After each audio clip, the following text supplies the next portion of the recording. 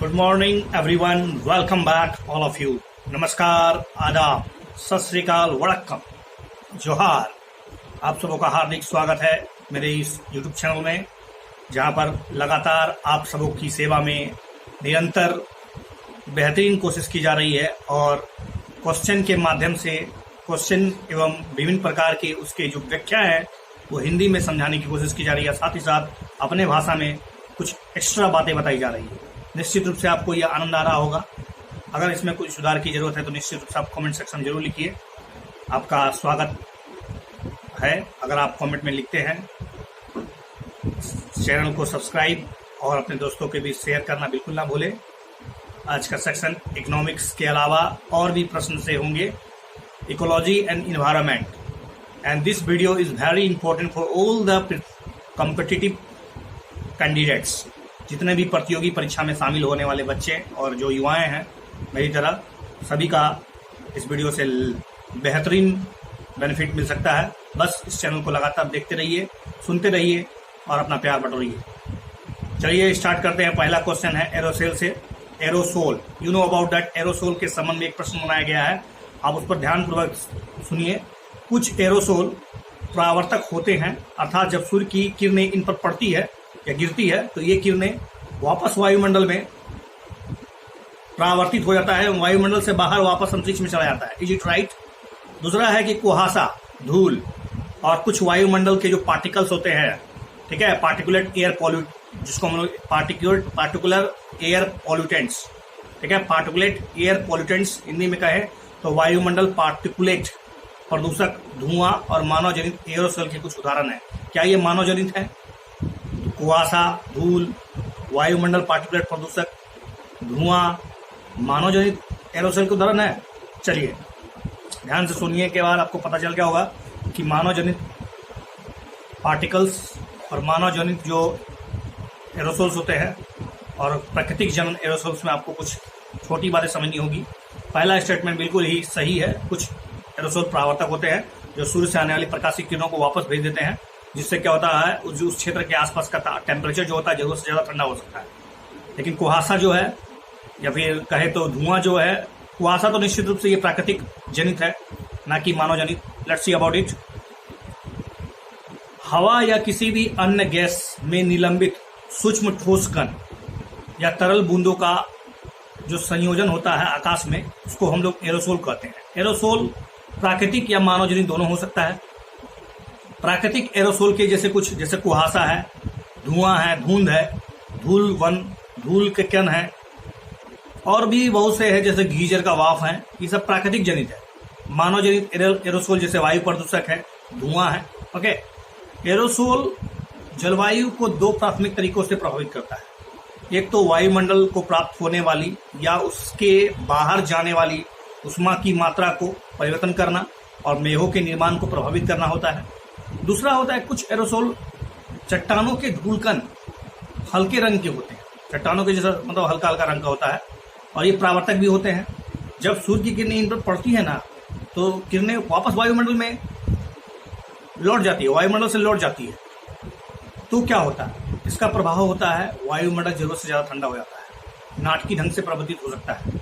जैसे आपको बता दिया जाए कि एक एग्जाम्पल के तौर पे कि फिलीपींस में 1991 में माउंट पिनाटुबो ज्वालामुखी विस्फोट से उच्च समताप मंडल में लगभग 1.5 वर्ग मील में सूक्ष्म परावर्तक चट्टानी कणों का विस्तार हो गया, जिसके कारण 2 वर्षों तक ग्रहों का टेम्परेचर ठंडा रहा। ओके, नेक्स्ट क्वेश्चन अबाउट सुमेलित करना है। विभिन्न प्रकार के जो इसमें आपको टाइगर रिजर्व मिलेंगे और एक तरफ राज्य मिलेंगे, तो आपको बताना है कि इनमें से कौन सा जो मैच कर रहा है। पहला है सतकोसिया टाइगर रिजर्व। क्या ये महाराष्ट्र में है? सतकोसिया, इट महाराष्ट्र, कान्हा मध्य प्रदेश, बांधवगढ़ ओडिशा। आप जानते हैं कि सतकोसिया टाइगर रिजर्व महाराष्ट्र में नहीं है। कहाँ है? It's in Orissa. बांधवगढ़ ये भी उड़ीसा में नहीं है, इसलिए केवल और केवल कान्हा टाइगर रिजर्व जो कि मध्य प्रदेश में है। अभी हाल में 2018 में, ठीक है,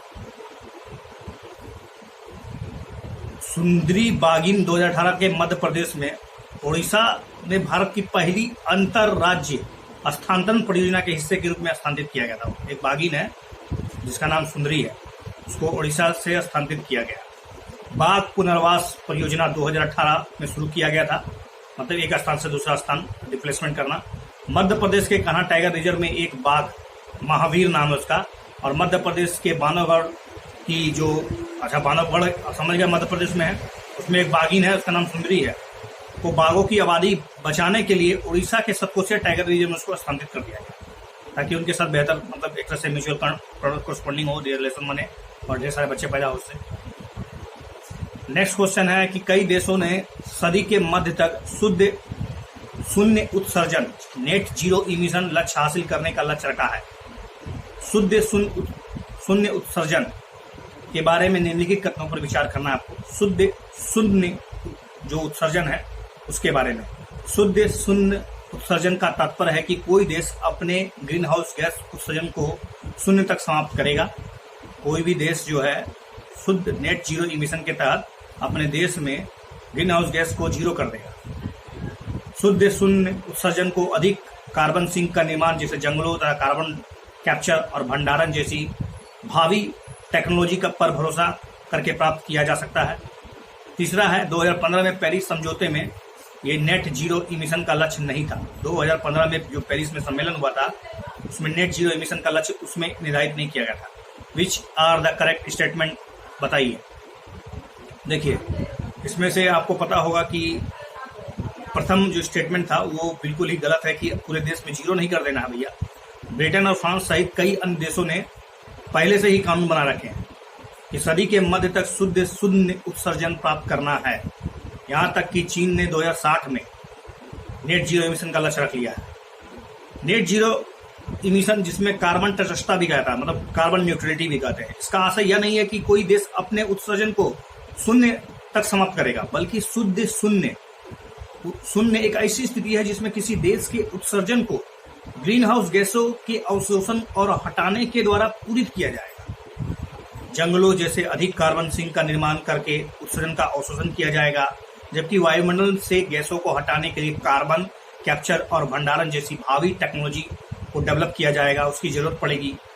2015 के पेरिस समझौते में नेट जीरो इमिशन का लक्ष्य नहीं था, जो बिल्कुल सही था, जो कि जलवायु परिवर्तन से लड़ने के लिए वैश्विक लक्ष्य है। नेट जीरो इमिशन बहुत ही मतलब एक तरह से कहे तो बहुत ही जरूरी है, रिक्वायरमेंट है। पेरिस समझौते में प्रत्येक हस्ताक्षरकर्ता जितने भी सिग्नेटरीज हैं सबको बेहतर जलवायु कार्रवाई को अपनाने पर बल दिया गया था। Okay, next topic next question about निम्नलिखित में कौन कौन सी ऐसी पद्धतियां हैं, कौन कौन सी ऐसी विधि है जिसके द्वारा कृषि में उत्सर्जन को कम किया जा सकता है। पहला है कि धान के खेत को वैकल्पिक रूप से आर्द्र और शुष्क बना देना या रखना। दूसरा है दूध और मांस उत्पादन की उत्पादकता बढ़ाना। तीसरा है जैविक कृषि। तो तीनों के तीनों स्टेटमेंट आपको सही लग रहे हैं मेरे ख्याल से। जी हाँ, बिल्कुल तीनों के तीनों स्टेटमेंट सही है, जिसके माध्यम से आप कृषि में जो उत्सर्जन होता है उसको आप कम कर सकते हैं। ऐसी बहुत सी प्रथाएं हैं, बहुत सी मतलब विधि है जिसके माध्यम से कृषि से जो उत्सर्जन होता है, चाहे वो ग्रीन हाउस गैस ही क्यों ना हो, चाहे मैथेन गैस का ही क्यों ना हो, जितने भी जो ग्रीन हाउस गैस है उसको कम करने का उद्देश्य होता है कि कृषि में क्या किया जाए। तो इसके लिए कुछ धान के खेत में कई वैकल्पिक रूप हैं। आर्द्र और शुष्क रखना, उसको खेतों को शुष्क रखने आर्द्र रखने से इसकी फायदा हो सकती है, उत्सर्जन कम होगा। सिंचाई की आवृत्ति को कम कर दिया जाए, खेतों पर समय समय पर उसको आर्द्र रखना, बनाए रखना, ये कोई बहुत ही इंपॉर्टेंट टेक्निक है। जल से पूरी चावल के उत्पादन से जो मीथेन निकलता है उसका उत्सर्जन को आधा करना। एक और अन्य तरीका है कि दूध और मांस का उत्पादन का बढ़ा देना। दूध और मांस के उत्पादन को बढ़ाइएगा तो स्वाभाविक है आप कृषि पर कम से कम डिपेंडेंट होइएगा। जैविक कृषि में उपयोग की जाने वाली कई प्रथाएं जलवायु स्मार्ट होती है। जैविक कृषि में बहुत सी ऐसी विधि का इस्तेमाल होता है जिसमें जलवायु जो कृषि के कारण जो जलवायु परिवर्तन होता है, कृषि के कारण जो जलवायु पर इफेक्ट पड़ रहा है उसको मिनिमाइज करने की कोशिश की जाती है। जैविक कृषि प्राकृतिक पोषक चक्रण को बढ़ावा देती है, मृदा में कार्बनिक पदार्थ का निर्माण करती है और साथ ही साथ जलवायु परिवर्तन के प्रति लचीलेपन को अपनाने का समर्थन करती है। मृदा में कार्बन के जो प्रसाधन है, मतलब स्टोरेशन है, उसको बढ़ाती है। तो all of the matters generally important for our earth. ये सारे के सारे जो विधियां हैं ये हमारे धरती के लिए, हमारे मतलब सस्टेनेबल डेवलपमेंट के लिए, एसडीजी के लिए बहुत ही जरूरी है। कृषि एक ऐसी विधि है जिसमें बहुत से गैर परंपरागत और परंपरागत तरीके आज भी अपनाए जाते हैं, जिसके कारण लगातार पर्यावरण का एक मतलब बुरा प्रभाव अभी बना हुआ है। तो कृषि में ऐसी विधियों को अपनाकर अधिक से अधिक कृषि जो हो, आर्द्र हो, शुष्क हो, हम लोग जो ऐसी फसलों को बढ़ावा दे जिसमें कम से कम पानी का इस्तेमाल होता हो। ओके, नेक्स्ट क्वेश्चन है नामदफा राष्ट्रीय उद्यान के बारे में। नामदफा राष्ट्रीय उद्यान आपने जाने होंगे नामदफा के बारे में। लेकिन नामदफा राष्ट्रीय उद्यान भारत और भूटान के बीच अंतर्राष्ट्रीय सीमा बनाता है। क्या ये सही है? क्या यह भारत और भूटान के बीच अंतर्राष्ट्रीय सीमा पर स्थित है? दूसरा है कि ब्रह्मपुत्र की सहायक नदी जिसका नाम है नोआ दिहिंग, इसके बीच से प्रभावित होती है। नोआ दिहिंग जो है इसके बीच से प्रभावित होती है। तीसरा है कि यह भारत का एकमात्र उद्यान है जहां बाघ, तेंदुआ, क्लाउडेड लेपर्ड और हिम तेंदुआ यानी 4 बिल्लियां, 4 कैट, जो 4 बिल्लियों की सबसे बड़ी प्रजातियां हैं, यहाँ मिलती है। तो देखिए, सबसे पहला स्टेटमेंट गलत है क्योंकि नामदफा राष्ट्रीय उद्यान अरुणाचल प्रदेश में स्थित है और अरुणाचल प्रदेश का बॉर्डर जो है वो जो नामदफा राष्ट्रीय उद्यान है वो म्यांमार के साथ सीमा बनाती है, या फिर कहे म्यांमार के साथ अटैचमेंट करती है, टच करती है, ना कि भूटान के साथ। और बाकी दोनों के कथन सही है। राष्ट्रीय उद्यान और टाइगर रिजर्व नामदफा पूर्वोत्तर भारत में अरुणाचल प्रदेश के चांगलांग जिले में है, जो भारत और म्यांमार के बीच अंतर्राष्ट्रीय सीमा निर्धारित करती है। नामदफा राष्ट्रीय उद्यान मियाओं के बीच नोहा दिहिंग नदी उष्णकटिबंधीय वर्षा वन से प्रभावित होती है। विश्व का एकमात्र ऐसा राष्ट्रीय उद्यान है जहां पर टाइगर, लेपर्ड, स्नो लेपर्ड और क्लाउडेड लेपर्ड नामक बड़ी बिल्लियां की 4 प्रजातियां यहाँ मिलती है। दुनिया का एकमात्र ऐसा स्थल है जहाँ चारों की चारों बिल्लियां की प्रजाति यहाँ पर मिलती है। ध्यान रहे, अरुणाचल प्रदेश का नामदफा राष्ट्रीय उद्यान। नेक्स्ट क्वेश्चन है अस्थायी कार्बनिक प्रदूषक, परसिस्टेंस ऑर्गेनिक पोल्यूटेंट्स, पॉप के बारे में बताइए कौन सा कथन सही है। ये जो परसिस्टेंस ऑर्गेनिक पोल्यूटेंट्स है ये लॉन्ग रेंज एनवायरमेंट ट्रांसपोर्टेशन, मतलब बहुत लंबे दूर दूर तक ये फैल सकती है। इसकी एक विशेषता है क्या? दूसरा है कि खाद्य श्रृंखला के जो सबसे ऊपरी स्तर है, जैसे जैसे ऊपर स्तर बढ़ेगा, trophic level, you know about food chain जो होता है, वेब फूड चेन, इसकी पॉप की सांद्रता जो होती है ऊपर जाने से घटती जाती है, ताकि खाद्य श्रृंखला के शीर्ष स्तर पर स्थित जो जानवर है उनमें रसायनों का संकेतन कम से कम हो पाए। पॉप यानी वही परसिस्टेंट ऑर्गेनिक पोल्यूटेंट्स के संपर्क में आने से कैंसर और प्रतिरक्षा जो संबंधी जो बीमारियां होती है वो खतरनाक हो सकती है, बढ़ सकती है। देखिए, परसिस्टेंट ऑर्गेनिक पोल्यूटेंट्स, इसके बारे में आपको समझना है, सिंपल है कि ये ऐसे खतरनाक रासायनिक पदार्थ होते हैं जो लंबे समय तक वातावरण में रह सकते हैं और ये मतलब कैंसर और बहुत सी नर्वस सिस्टम को प्रभावित करने वाली बीमारियां पैदा करती है। शिशु और उसके प्रजनन क्षमता को महिला बहुत बुरी तरह से प्रभावित करता है। पॉप वास्तव में इसकी जो नेचर है, पॉप जो है लियोफिलिक होता है कि लियोफिलिक, और एक होता है लायोफिलिक। लियोफिलिक मतलब जो वाटर से लवर है, इसका अर्थ है वो जीवित जानवरों और मनुष्यों के फैटी ऊतक में जमा हो जाते हैं। फैटी टिश्यू में सांद्रता जो होता है वो जैसे जैसे ऊपर बढ़ता है, मतलब खाद्य श्रृंखला के सबसे ऊपरी स्तर पर जैसे जैसे बढ़ता जाता है, पॉप की सांद्रता बढ़ती जाती है, जिससे खाद्य श्रृंखला के शीर्ष स्तर पर जो जीव है, चाहे मछली, उसके बाद शिकारी पक्षी, उसके बाद फिर स्तनपायी, उसके बाद फिर मनुष्य, अर्थात मनुष्य में पॉप की मात्रा सबसे ज्यादा होगी। नेक्स्ट क्वेश्चन है सल्फर डाइऑक्साइड के उत्सर्जन से कहां से निकलता है। सल्फर डाइऑक्साइड गैस जो है कहां से उत्पन्न होता है। ज्वालामुखी, फाइटोप्लैंक्टन, कोयला और तेल का जलना, और एक स्नेटर ओन होता है जहां पर मतलब भट्टियां, बड़ा भट्टियां जो होती है जहां पर लो गैस को जलाया जाता है। चारों के चारों ऑप्शन बहुत ही इजी है और मेरे ख्याल से इस तरह के प्रश्नों में हमेशा सभी सही होते हैं। तो जी हाँ, सल्फर डाइऑक्साइड सभी के द्वारा उत्सर्जित होते हैं, चाहे वो ज्वालामुखी हो, आग हो, फाइटोप्लैंक्टन से हो, सभी के सभी प्राकृतिक स्रोत है। सल्फर युक्त जीवाश्म ईंधन जैसे कोयला है, तेल है, पेट्रोलियम है, इसका दहन इससे भी निकलता है। और जो स्प्लिटर ओवन है, जिसको मतलब एस में पाए जाने को धातुओं को एकत्रित करके जो पिघलाया जाता है, उससे भी निकलता है। मानव स्वास्थ्य को नुकसान पहुंचाने के अलावा सल्फर डाइऑक्साइड अम्ल वर्षा का कारण भी है, जानते ही होंगे। सल्फर डाइऑक्साइड जो होता है एरोसोल कणों के निर्माण के लिए वायुमंडल से प्रतिक्रिया करता है, और जब वो उसमें पानी, जल प्रवेश करता है, नमी प्रवेश करता है, तो एसिड में कन्वर्ट हो जाता है। नेक्स्ट क्वेश्चन अबाउट महासागरीय ऊर्जा के संबंध में है। महासागर ऊर्जा के विभिन्न रूपों में ज्वारीय ऊर्जा, तरंग ऊर्जा, महासागर ऊर्जा शामिल है या महासागर थर्मल ऊर्जा शामिल है। महासागर ऊर्जा के कैटेगरी में कौन कौन आता है? पहला ज्वारीय ऊर्जा, तरंग ऊर्जा और महासागर थर्मल ऊर्जा, तीनों शामिल है।